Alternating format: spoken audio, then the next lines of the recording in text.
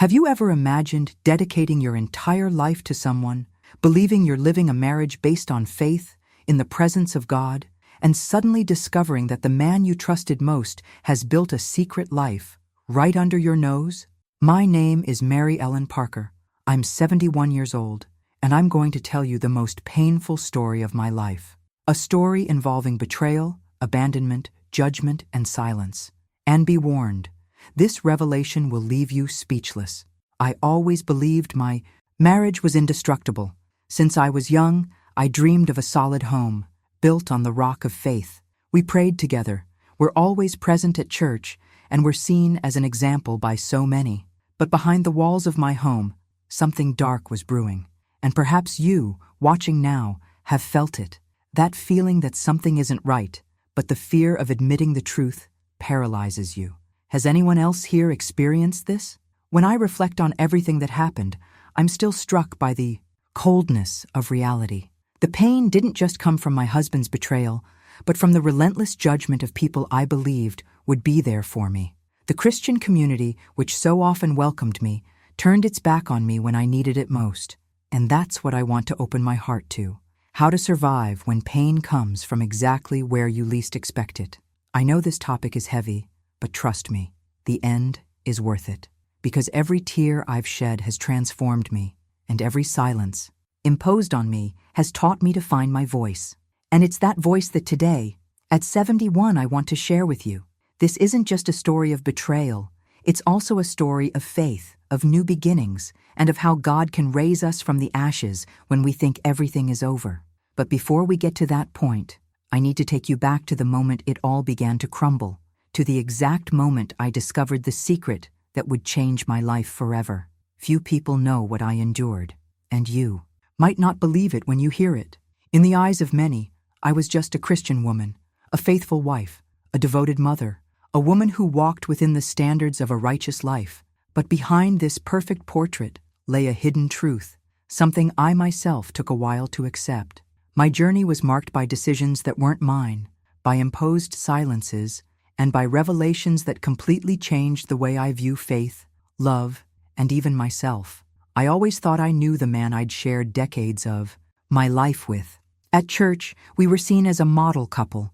We served together, we smiled together. We seemed to embody a solid marriage. But behind the scenes, small details began to unsettle me. The distant gaze, the increasingly elaborate excuses, the schedules that no longer matched. It was as if an invisible wall had been erected between us, and I felt its impact in every prayer I said alone, in every night I fell asleep without an answer to my suspicions. A woman's heart senses before her, mind accepts. I knew something was wrong, but my submissive mindset and fear of judgment kept me silent. I grew up believing that a wife should endure, that she must forgive 70 times 7, and that questioning too much could be a sign of a lack of faith. I carried this burden, believing my mission was to preserve the image of the marriage, even though inside I was crumbling. It was during this period of fragility that the neighbor's presence began to gain ground. At first, I saw her presence as harmless. After all, she was old enough to be my daughter. But time showed me that her closeness to my husband was more than just friendship. The hidden truth was increasingly close to coming to light, and I, without realizing it, was about to face the greatest revelation of my life. I remember the exact day my intuition stopped being just a hunch. The words I heard, the scene I witnessed, were like an earthquake inside me. All the security I believed I had shattered in seconds. In that instant, I discovered that the man I'd shared so many years with had built a parallel life with her. It wasn't just a betrayal, it was something even deeper, a secret that would forever change my story. This revelation wasn't just a blow to my marriage, it was a shock to my faith, my identity, and everything I believed to be solid. Because when the mask falls, it's not just the other person who reveals themselves, but also ourselves. And that's when a painful but necessary transformation began, one that taught me to see beyond appearances and confront the hidden depths of my own life. Let's explore the deeper side of this together. I grew up in a Christian family, always serving in church. As a young girl, my heart beat for the altar, for the hymns, and for the stories I heard about fidelity, courage, and redemption. I believed that faith was like a mantle capable of protecting any home, any relationship, any decision. My mindset was simple. If I remained steadfast, God would take care of everything. This conviction stayed with me for years and shaped not only the way I lived, but also the way I loved. I saw my marriage as part of God's plan, as a promise that could never be broken. When I met the man who would become my husband, I saw in him not just a man, but a spiritual partner. He attended church and spoke eloquently about the word, and I was captivated by his fervor. I said to myself, "This is the man with whom I will walk the journey of faith, the companion God chose for me." With each step we took together, I believed we were building something solid, something that nothing and no one could destroy. My vision was that love, if watered with prayer, would withstand any storm. The early years were truly enchanting. We built a simple yet purposeful home. We had children, served side by side in various ministries, and every time someone praised us as an exemplary couple, I felt my chest swell with pride. It was as if we were living a sacred mission, a shared journey that further reinforced my belief that marriage was, indeed, part of God's plan.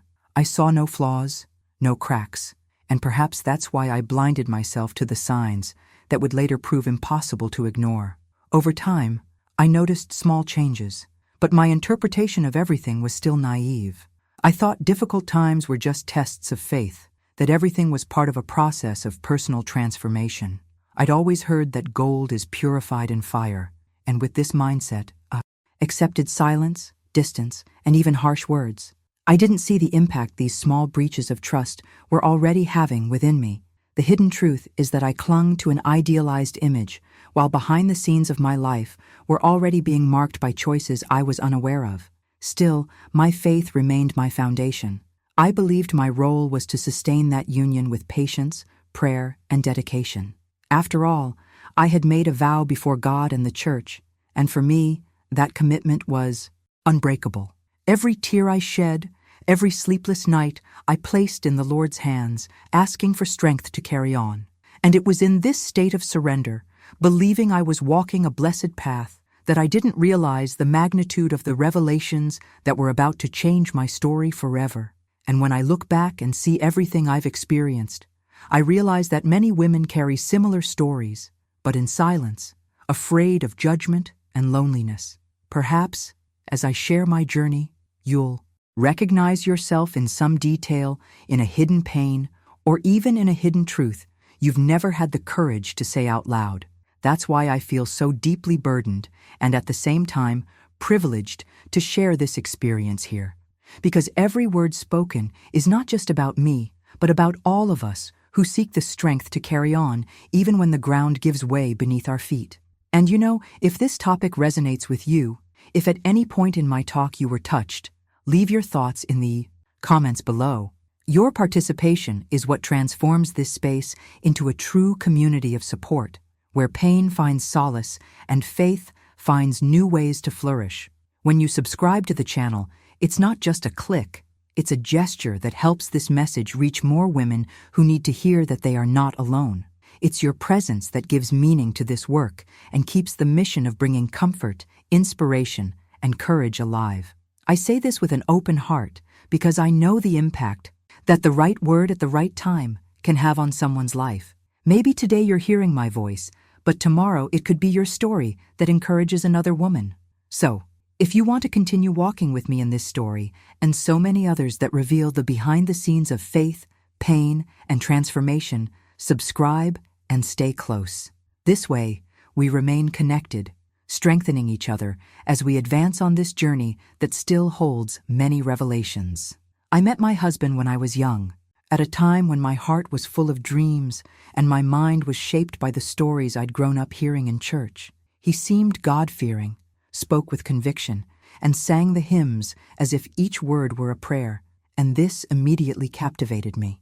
It was as if I had finally found someone who would walk with me in the same direction, a companion on this journey who shared not only my faith, but also my vision of building a life based on solid principles. In my eyes, he was the answer to so many prayers, the reflection of the promises I believed the Lord had in store for me. I remember the first time He approached me with words that went beyond ordinary friendliness. There was sweetness in His gaze and firmness in His voice. I let myself be enveloped by the sense of security He conveyed, as if being by His side were a shelter from all of life's uncertainties. Youth brings with it this naive strength of believing that everything can be eternal, and I was convinced that there was a chapter of love that would weather any storm. The hidden truth, however, is that appearances don't always reveal the essence, and that we often let ourselves be carried away by the impact of what we want to see, instead of noticing the signs that were already there, subtle but present. Our courtship was marked by simple meetings, long conversations about faith, family, and the future. I remember every decision made during that time as if they were steps on a ladder leading us to something greater. He spoke about commitment, about being different from men who only sought adventure, and I believed every word. After all, everything seemed aligned with my mindset that God brings two people together to fulfill a purpose. The impact of these choices was profound. I didn't just see a relationship, I saw a mission, a story being written not only by us, but by the Creator Himself. It was with this feeling that I accepted the next step. The marriage proposal came with promises that filled my heart with hope, and I didn't hesitate to say yes. My family approved, the church community celebrated, and I felt part of something sacred, as if all of heaven had witnessed that moment. Little did I know that, behind the scenes, there was a complexity of feelings and intentions that would only be revealed many years later. I couldn't have predicted it, but in that moment, I was embarking on a journey that would completely change the way I viewed love, faith, and even myself. Yet, in that beginning, everything seemed perfect. The complicity, the shared dreams, the plans for a life together. I believed with all my heart that I had found the right man, and this conviction gave me the courage to dive headfirst into a story that seemed tailor-made. It was this absolute, almost blind trust that kept me going, unaware that every detail of that beginning held within it the seeds of painful revelations yet to come. I said yes before God and the church, and I promised to be faithful until the end of my life. I remember it as if it were yesterday. The simple yet meaningful dress, the look of emotion on my family's face, the hymns echoing inside the temple, which seemed to confirm that this was a day of eternal promise. When I held His hands and repeated those sacred words, there was no doubt, no hesitation. I believed with all my heart that I was beginning a journey of transformation, a path where two people become one flesh, guided by divine will. It was as if every sentence spoken at that altar carried the weight of an unbreakable pact, a commitment that extended beyond earthly life. As the pastor spoke about love, respect, and fidelity, my mind filled with images of the future, children running around the house, Sunday lunches filled with laughter, and the certainty of growing old alongside the man I considered chosen by God. The ceremony wasn't just a formality, it was a milestone in my life. I felt as if I were enveloped by a light that gave me courage to face any storm. The mindset that guided me was that, once united before the Lord, nothing could separate what had been established in heaven. The people around us applauded, and I couldn't hold back the tears of emotion. I believed with an almost innocent faith that those vows were the key to an indestructible marriage. Every word I spoke was sincere, filled with the certainty that I was experiencing the greatest impact of my life so far. The weight of the commitment didn't scare me. On the contrary, it strengthened me. I saw the altar not just as a physical place, but as the stage where my identity as a wife was born, where my story gained a new chapter full of promise. Backstage at the celebration, amidst hugs and congratulations, my heart burned with hope. I felt part of something grand, as if God's hand had clearly written my destiny. Little could I have imagined that years later, those same words that echoed in triumph today would also be the most painful memory of my journey. Till death do us part sounded eternal, but life, with its hidden truths and unexpected decisions, had other plans. And even without knowing it, at that moment, I was sealing not just a marriage, but a complex journey, full of revelations that would challenge me to question everything I believed about love, fidelity, and faith. It was in the echo of those vows that my story took a direction that would lead me to experiences I never imagined I would face. In the beginning, we lived as every couple dreams: love, children, prayer together, active participation in the community. I felt like I was in a true Christian fairy tale, where each morning began with hope and each night ended with a sense of mission accomplished. Our home, though simple, seemed to overflow with joy. There was the laughter of children echoing through the hallways, the smells of home-cooked food warming the soul, and prayers that, in my mind, were the invisible glue that held everything together. We were young, full of energy, full of dreams, and the feeling was that nothing could break the fortress we were building. I remember holding our children in my arms and believing I was living the fulfillment of all the promises made at the altar. He was attentive, always involved in church ministries, and I often watched him preach or help others and felt a quiet pride. I was convinced that our marriage was an example for others, as if we were writing a living testimony to inspire those who saw us. This impact of community life strengthened us, as the approving glances and praise reinforced the belief that we were on the right path. The nights we prayed together were the most intense moments. Holding hands, we believed we were surrendering every decision to God, and this gave me a profound sense of security. I truly believed the foundation of faith would be enough to shield us from any external threat. The love seemed genuine, the gestures of affection were constant, and I couldn't imagine that one day that could change. My mind was completely focused on the present and the idea of eternity that stretched before us. Behind the scenes, however, there were small flaws that I, through naivete or overconfidence, chose not to see. A harsh word here, a longer absence there, and yet I justified it all with routine, the weight of responsibilities, or the need for rest. My mindset was that every marriage had its struggles, but that faith would overcome any obstacle. I believed with all my strength in this daily transformation, and so, even when faced with signs that could have triggered an alarm, I preferred to cling to the image of happiness we had built together. And this image was reinforced by the sweetest memories: family trips, Sunday services where we sang side by side, the small gestures of care that, for me, were proof of true love. I saw my life as a linear story, with no room for deep flaws or hidden truths. It was as if we were living in a sacred bubble, protected from any harm. But, as I would later discover, even the strongest structures can hide invisible cracks. The happiness of those early years was real, but it was also the perfect setting for me not to question, for me not to realize that the journey wouldn't be as simple as I imagined. And it was in this comfort, in this apparent balance, that details began to emerge that, though small, carried within them the harbinger of revelations that would one day change everything. Over time, I noticed small changes, distances, silences, excuses that didn't add up. At first, they were details so subtle that anyone could overlook them. An extra delay at work, a lost look during a meal, a lack of enthusiasm in moments that were once special. I tried to justify everything with the weight of responsibilities, the rush of everyday life, or even with the idea that all marriages go through periods of wear and tear. My mindset was still firmly attached to the ideal I'd built at the altar, and so I didn't want to accept that anything might be out of place. Gradually, however, these signs began to recur with uncomfortable frequency. He would arrive late, and when I asked, his answers were always vague, wrapped in justifications that sounded rehearsed.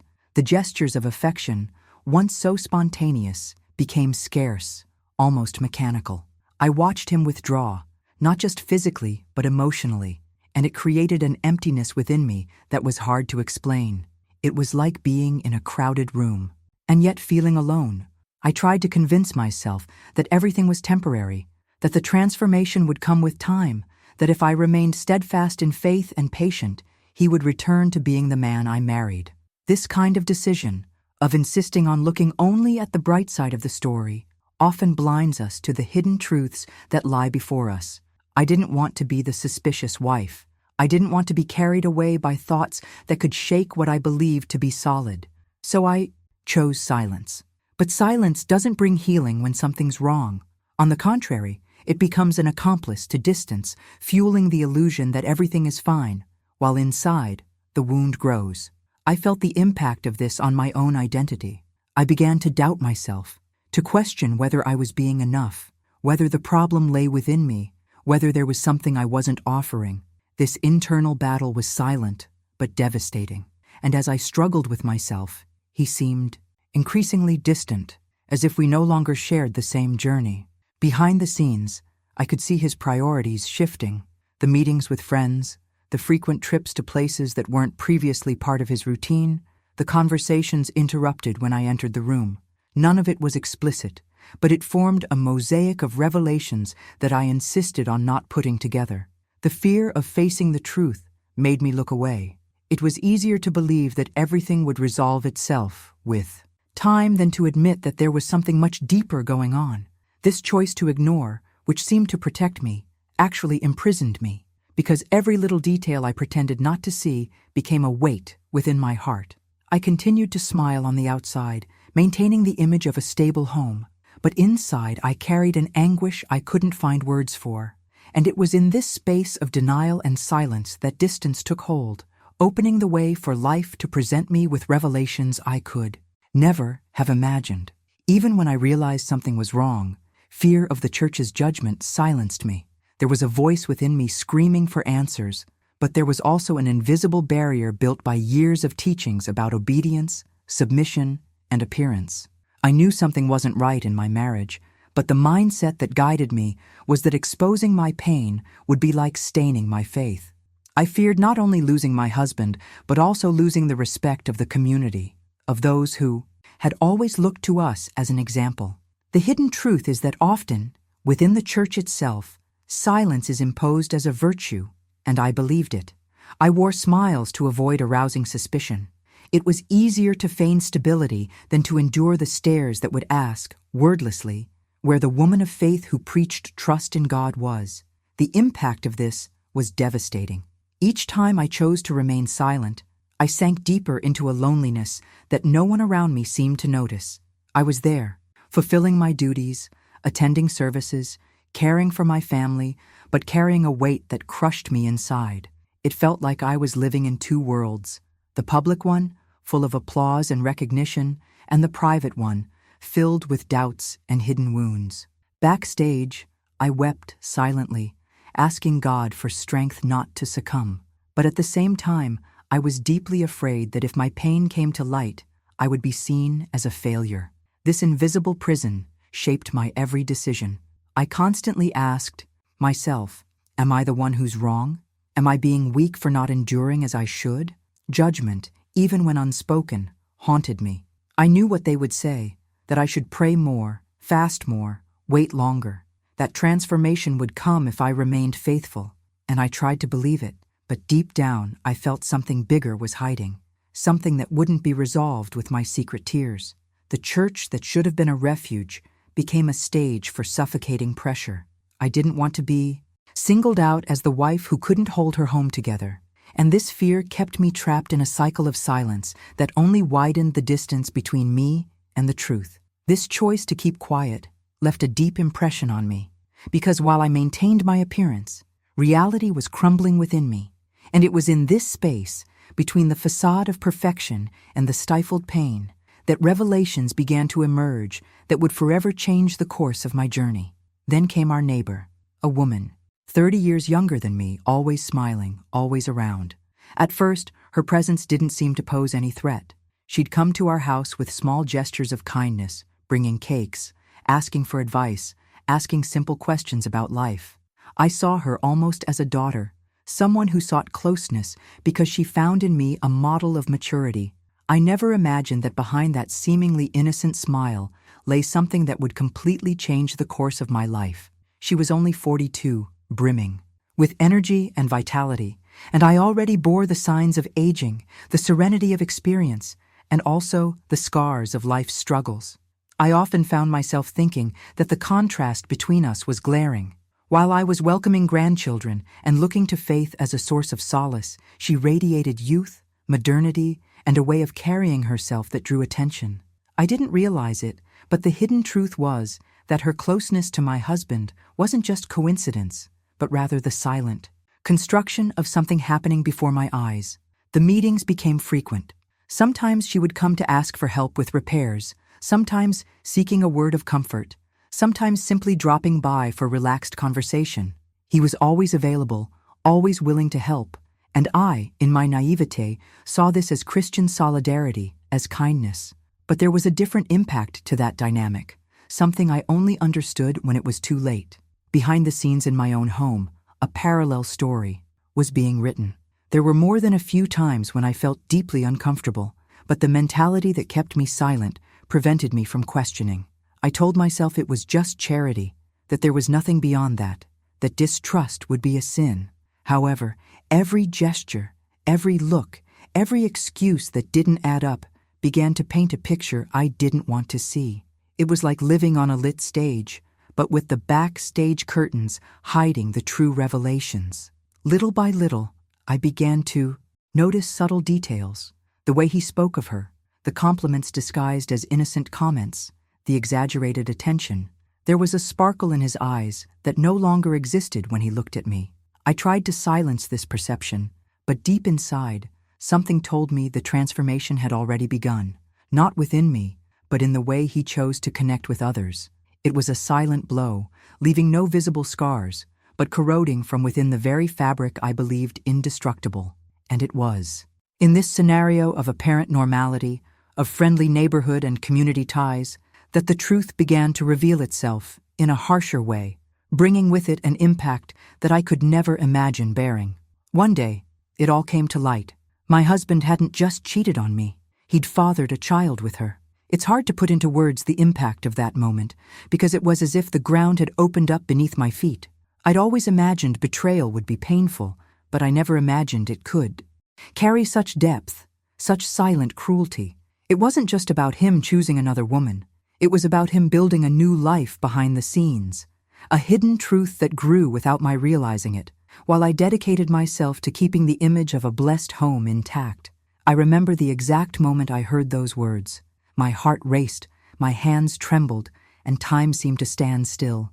It was as if a curtain had been pulled back from my eyes, revealing a completely different scenario than the one I believed I was living. The excuses, the silences, the averted glances, everything made sense in seconds. And the cruelest revelation was not only the betrayal, but the existence of a child, the fruit of a decision that changed not only our story, but also my identity as a wife and woman of faith. The feeling was of being erased. I, who had dedicated decades of love, devotion, and dedication, was now replaced by someone who had sneaked into our lives. The weight of this discovery made me question not only the marriage, but my entire faith journey. I asked myself, where was God when my home was broken?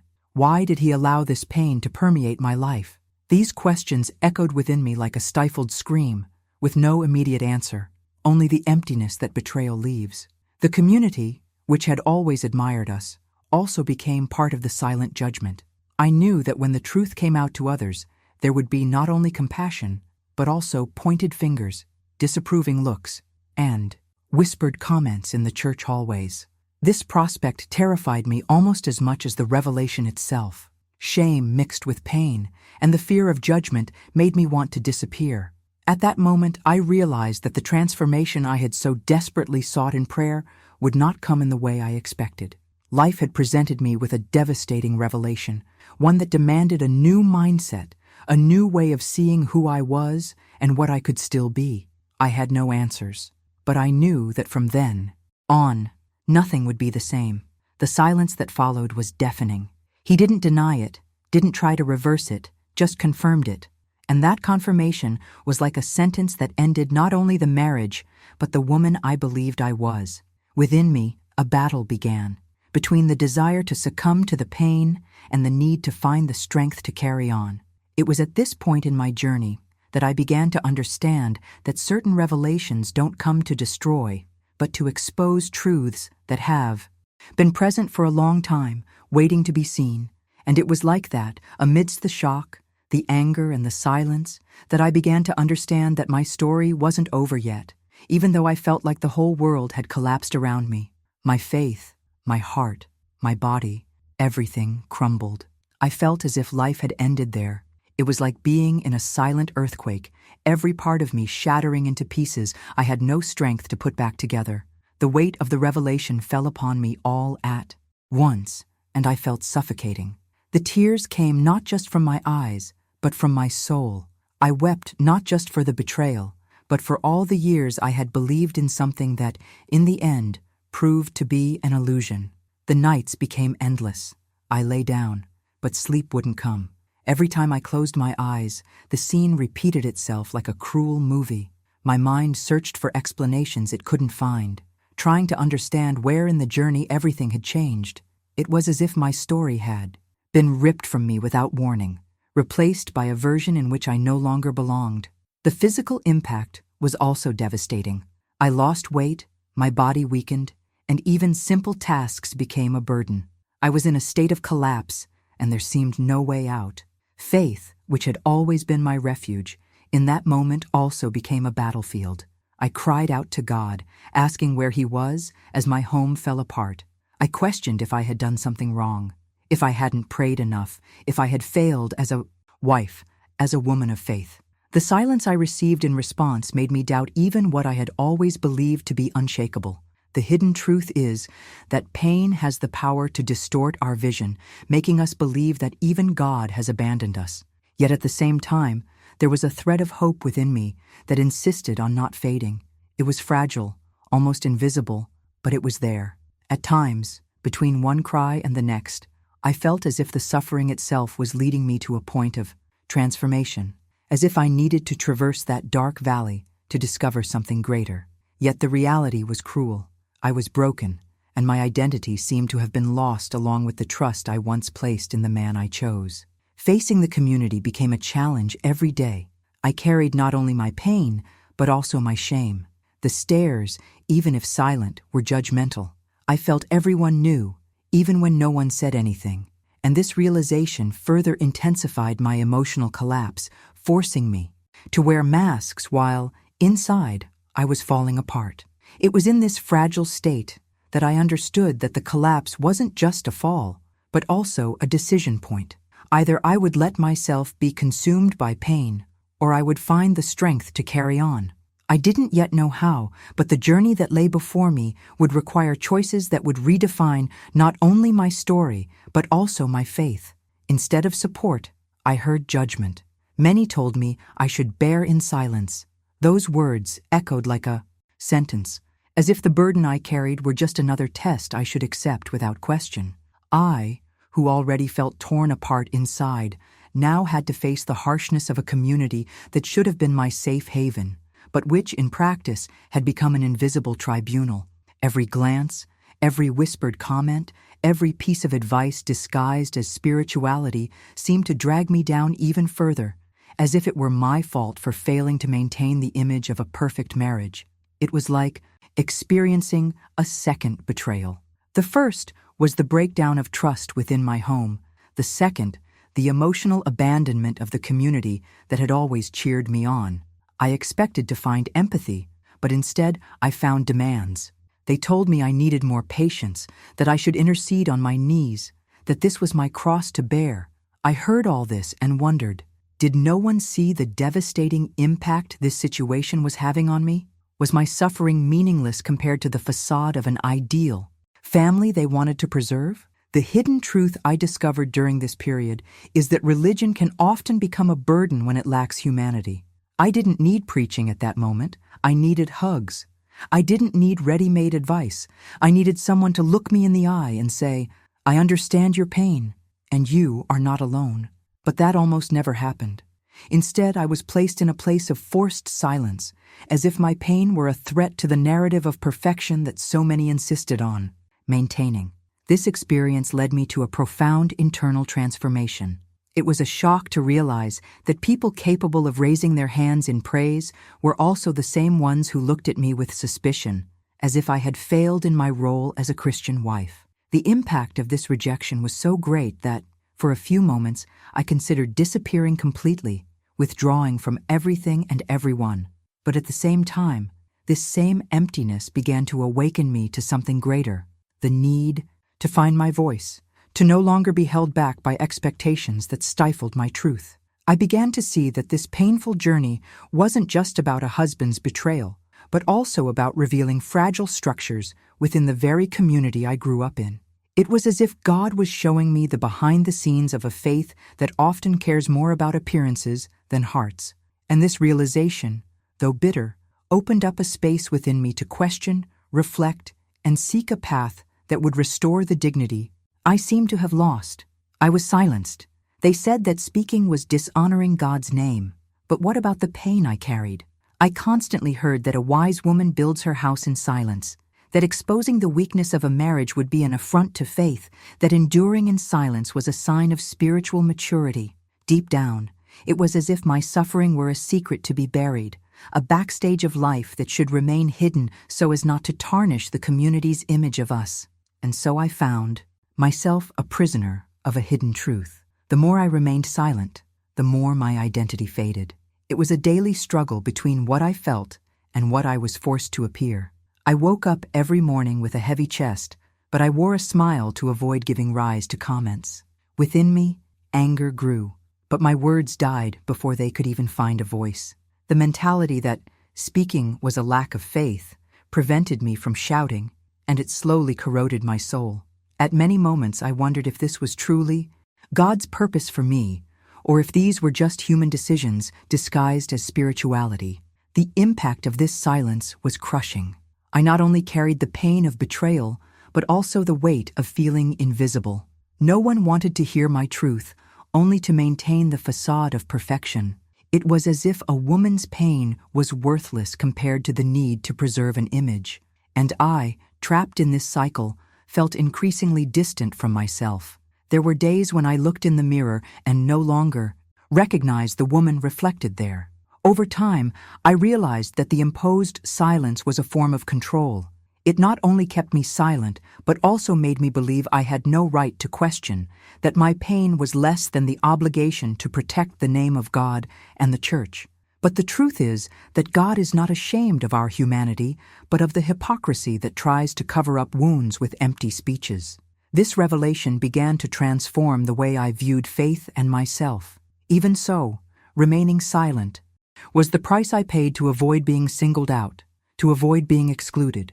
It was a cruel game in which I became an accomplice, stifling my emotions in the name of apparent peace. But the longer I remained silent, the louder the voice of pain within me became, demanding to be heard.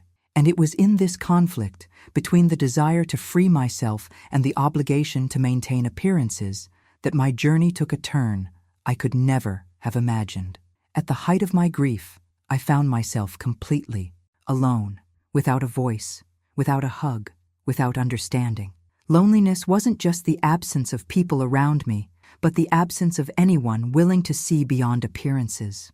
I was surrounded by many, but I felt as if I lived on a desert island. The weight of silence, coupled with judgment and betrayal, created an internal abyss within me that seemed impossible to cross. I woke up every day with an emptiness that sapped my strength, as if life had lost its color, and everything was reduced to surviving amid the memories of a home that no longer existed. The lack of voice was suffocating. I wanted to scream. I wanted to tell the truth, but each attempt died in my throat. The mentality imposed on me, that silence was the only way out, made me believe that if I spoke, I would be even more rejected. It was an invisible prison, built of fear and shame, that forced me to pretend I was okay while inside I was falling apart. With every church meeting, every family gathering, every superficial word of comfort, I sank deeper into myself. There were times when even my body responded to this overload. I fell ill frequently. My heart raced for no reason. My nights were long dawns of anguish. The impact of loneliness became physical, and I understood, in the most painful way, that human beings were not made to carry such weights alone. But still, I carried it, because deep within me, the idea still existed that enduring was more dignified than exposing, that suffering in silence was more honorable than revealing the depths of my pain. This phase led me to deep reflection. I asked myself, how is it possible to be surrounded by a community and at the same time, not be heard. How is it possible to have faith and feel so distant from God? The deepest loneliness lay not in the physical isolation, but in the imposed silence, the lack of understanding, and the fear of being judged for something I didn't choose to experience. It was a cruel contradiction. I, who had always been a counselor to so many women, now had no one to turn to, and in this absence of human arms to support me, I began to notice something that, though subtle, was already stirring within me, a need for transformation, to find a new mindset, to seek answers in places other than those I had always sought. It was as if loneliness itself was pushing me toward an inevitable confrontation. Either I continued to fade away in silence, or I began to take steps toward my truth. I asked God, why? Where was the Lord when my home fell apart? These words escaped my mouth on countless early mornings, when the silence of the house seemed to scream louder than any other sound. I knelt before the bed, my face wet with tears, trying to comprehend what had happened to the purpose I believed had been written for me. It was as if my entire past had lost its meaning, and every decision I had made up until that point had been in vain. I wondered if the error lay within me, if I had not been sufficient as a wife, as a woman, as a servant of God. This search for answers consumed me. I searched my memory, trying to pinpoint the moment when everything began to crumble, trying to identify which gesture, which word, or which action could have changed the course of history. It was like watching a movie in slow motion, reliving the behind the scenes of a life that seemed perfect but hid invisible cracks. The hidden truth was that I didn't just want to understand the betrayal, I wanted to understand its impact on my faith. Because if my marriage had been part of God's plan, how could I believe that same God would allow such pain? It was at this point in my journey that I realized the answers wouldn't come from outside, but from within. I needed to look within myself, confront my own beliefs, my own choices, my own mindset. This was perhaps the most difficult revelation, accepting that I wouldn't have all the explanations ready, that some things would never make sense the way I wanted, but at the same time, understanding that there was a path of transformation unfolding before me, and that this path depended on decisions only I could make. Still, the anguish was real. The prayer that once comforted me now felt like empty chatter. I spoke, but felt no answer. I cried out, but it felt like heaven was closed. This sense of distance made me believe God was silent, but within me, a small flame insisted on resisting. Perhaps it was precisely there that something new was beginning to blossom.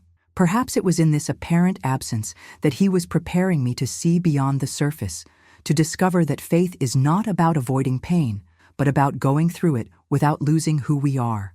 And little by little, still fragile and broken, I began to realize that the search for answers was not about understanding the past, but about finding the strength to continue the journey, even without all the explanations I so desired. It was while reading the Bible, in tears, that I understood. God never abandoned me, even when all seemed lost. Each word seemed to take on new weight, as if I were reading for the first time what had so often passed before my eyes, without realizing its depth. I saw myself in stories of women who had been judged, rejected, forgotten, but who found in the Lord the strength to rise again. It was as if the pages gave me back the breath I had lost in the midst of pain. On one of the darkest nights of my journey, I came across the passage that said, "Though my father and mother forsake me, the Lord will take me up." And in that moment, even through tears, something inside me broke to make room for transformation. I realized it wasn't about understanding the why of everything, but about trusting that there was a greater purpose, even in the wounds I carried. This revelation shifted my mindset, from forgotten victim to beloved daughter who still had value. It wasn't immediate. With every prayer, there was still pain. With every service, there were still memories. But something was slowly beginning to blossom, like a seed germinating in the most unlikely soil. The faith that seemed dormant began to rekindle in small gestures, a word that touched me deeply, a song of praise that seemed to speak directly to me, an unexpected hug from someone who didn't even know about my struggle. The impact of this was real, because it showed that God hadn't left me alone, simply leading me on a path of learning that I didn't yet fully understand. It was in this process that I understood. True faith is not measured by the absence of problems, but by the ability to remain even when everything around us falls apart. I began to see that my story had not ended in betrayal, nor in judgment, nor in imposed silence. In fact, it was there that a new chapter began, a chapter in which my relationship with God would be more intimate, more sincere, more free from the constraints of appearances. This rediscovery of faith gave me the strength to rise a little higher each day. It was no longer just about surviving, but about learning to walk with dignity, even amid the scars. I understood that wounds didn't need to be a source of shame, but rather a testament to resilience. And it was in this new mindset, built amid tears and revelations, that I realized God hadn't left me on the sidelines. On the contrary, He was leading me to a place where I could rebuild myself in a way I never imagined possible. I decided my story wouldn't end in abandonment. I had value, even if He had traded me. This decision didn't come overnight, but was born amidst tears, on those nights when I felt I no longer had the strength to even get out of bed. It was a slow, almost imperceptible awakening, but one that gradually transformed my mindset. I began to understand that I couldn't let betrayal define who I was. The hidden truth I finally realized is that my worth was never conditioned by a man's fidelity, but by the essence God placed within me from the beginning. The impact of this revelation was like a breath of life. I no longer wanted to be just the woman you endured in silence, but the one who chose to rebuild herself. I decided that my scars wouldn't be marks of shame, but of survival. It was at that point that I began to see my journey as a story of transformation, where each pain also became fuel to move forward. I looked in the mirror and, even with eyes swollen from crying, I began to see a strength I hadn't recognized before. Of course, the process was full of ups and downs.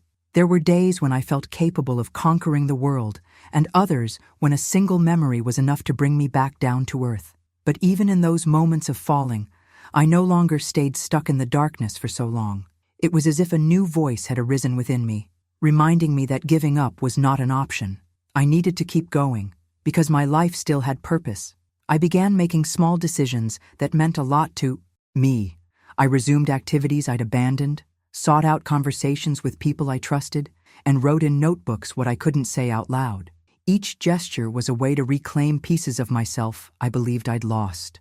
The shadows of my life, previously marked only by pain and loneliness, began to reveal signs of hope, and this hope sustained me. Starting over, I realized, wasn't about erasing the past, but learning to walk with it, without letting it paralyze me. My heart still bore wounds, but now I saw them as reminders of the woman who resisted, who survived the most painful impact, and who still had a journey ahead. I no longer saw myself as a victim, but as someone who was learning to transform pain into strength. And it was in this movement of reconstruction, between falls and rises, that I realized life hadn't ended in abandonment. On the contrary, it was simply leading me to a new beginning, full of revelations I still needed to discover. I bear scars, but today they remind me of where God took me from and how resilient I am. Every scar I bear on my soul was once an open wound, bleeding silently, crying out for help amidst the emptiness. For a long time, I viewed these marks as symbols of defeat, as reminders of failure, of rejection, of losing what I thought was eternal. But over time, I understood that they were not signs of weakness, but rather testimonies of survival. They tell the story of a woman who bore the brunt of the deepest pain and yet chose not to give in to despair. It's curious how scars speak to us of transformation. When the wound still hurts, we believe we'll never be able to rise again. But when it heals, when it no longer bleeds, it becomes a reminder of how far we've come. That's how I learned to look at myself with a new mindset. Every time I remembered the abandonment, the betrayal, the judgment, I also remembered the strength I found in God to not give up. This hidden truth, which only those who face the valley can understand, is that suffering never leaves us the same. It either destroys us completely or builds us in unexpected ways. The scars of the past are still with me, but today I see them as maps of my journey. They point to the places where I fell, but also the places from which I rose. They carry the backstory of my struggle, revelations that many will never see, because only I know the weight of each night I cried alone. Yet, it is precisely these scars that remind me that I am resilient, that pain did not define my destiny, but prepared my heart for a new phase.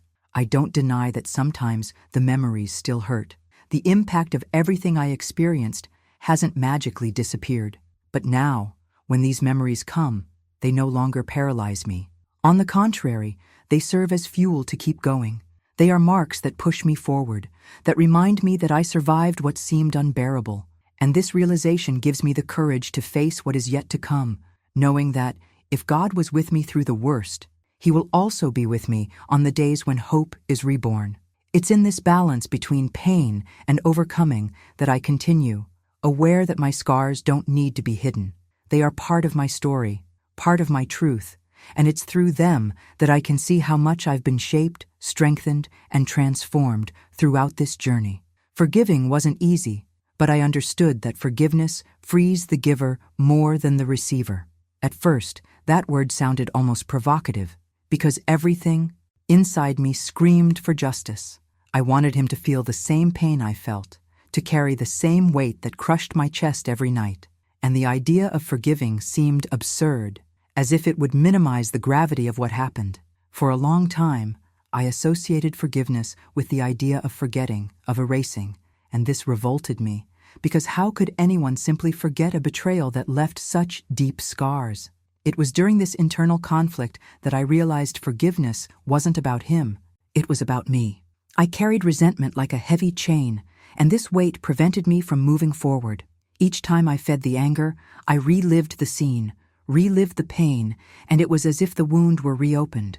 Then, little by little, I understood that forgiveness doesn't mean agreeing or justifying, but choosing not to let the pain continue to control my life. This hidden truth changed the way I saw myself. I no longer needed to be held hostage by what had been done to me. The impact of this process was transformative. When I decided to let go of the weight, even though I still felt nothing but pain, I began to experience a different lightness. It was as if with each prayer, I was surrendering a bit of my bitterness into God's hands. And surprisingly, throughout the journey, I realized that forgiveness was a key that opened the door to my freedom. It didn't erase the history, but it enabled me to walk without carrying that burden daily. Forgiveness didn't erase the scars, but it gave me a new mindset. I began to see forgiveness as an act of courage, a conscious decision not to allow my past to have authority over my future.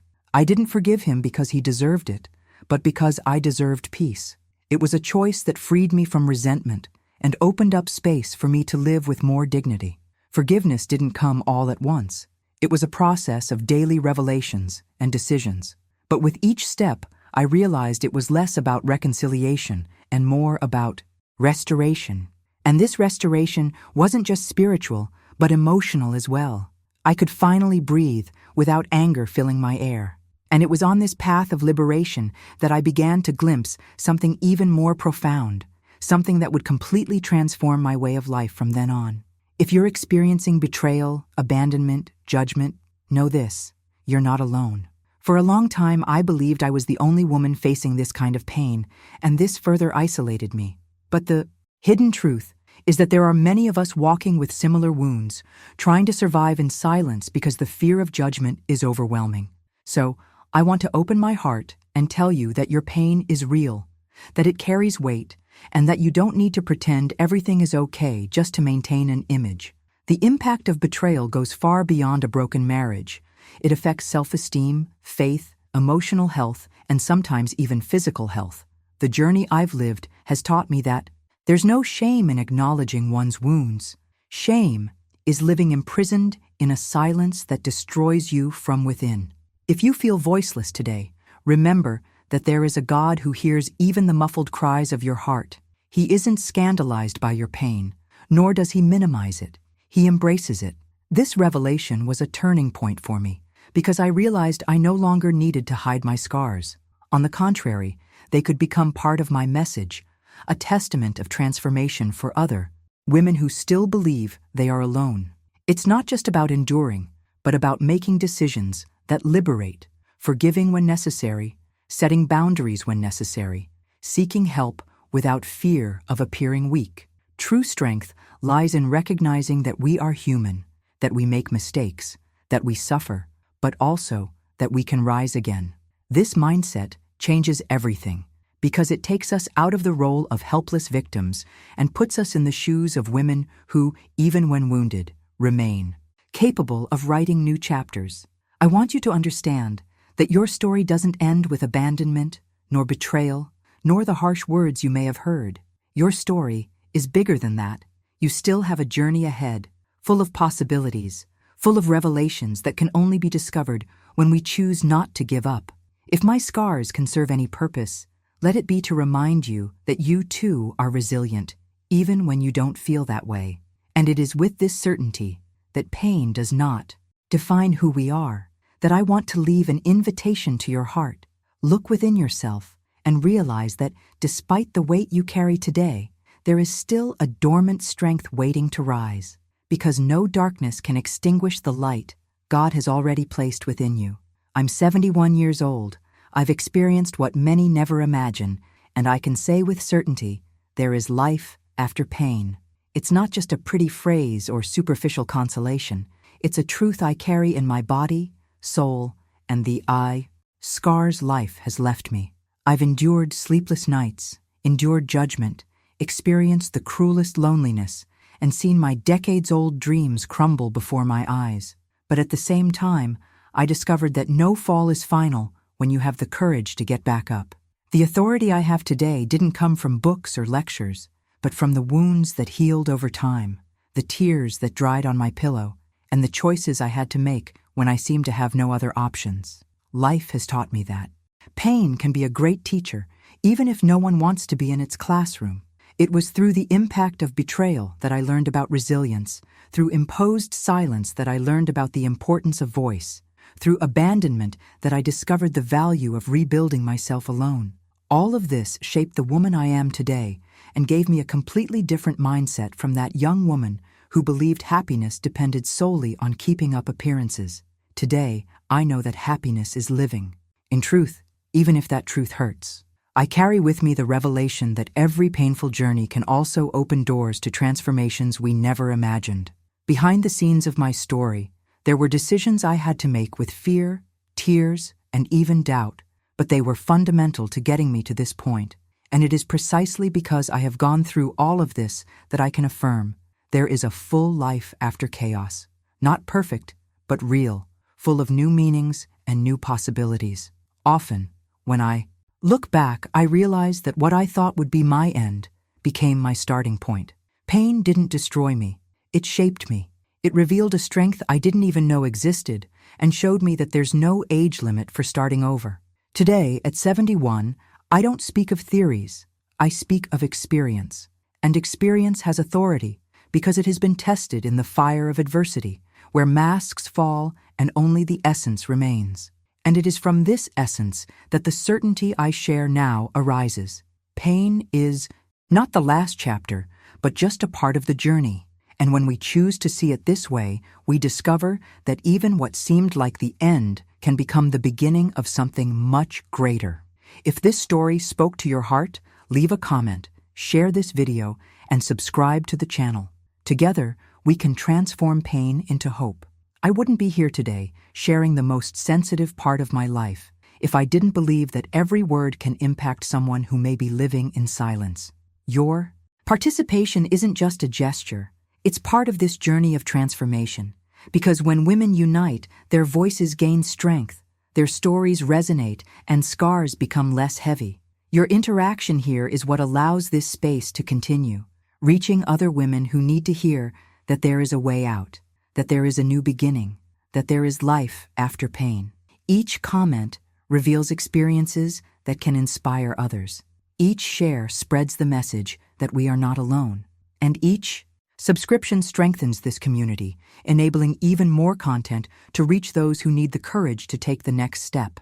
This isn't just a channel, but a silent movement that arises within each of us, a new mindset that spreads and breaks the cycle of fear and judgment. This is the power of shared experience, transforming scenes of suffering into living testimonies of overcoming. It is in this environment of connection that we realize that stories, even painful ones, can open paths to healing for many others. That's why your presence here is so valuable.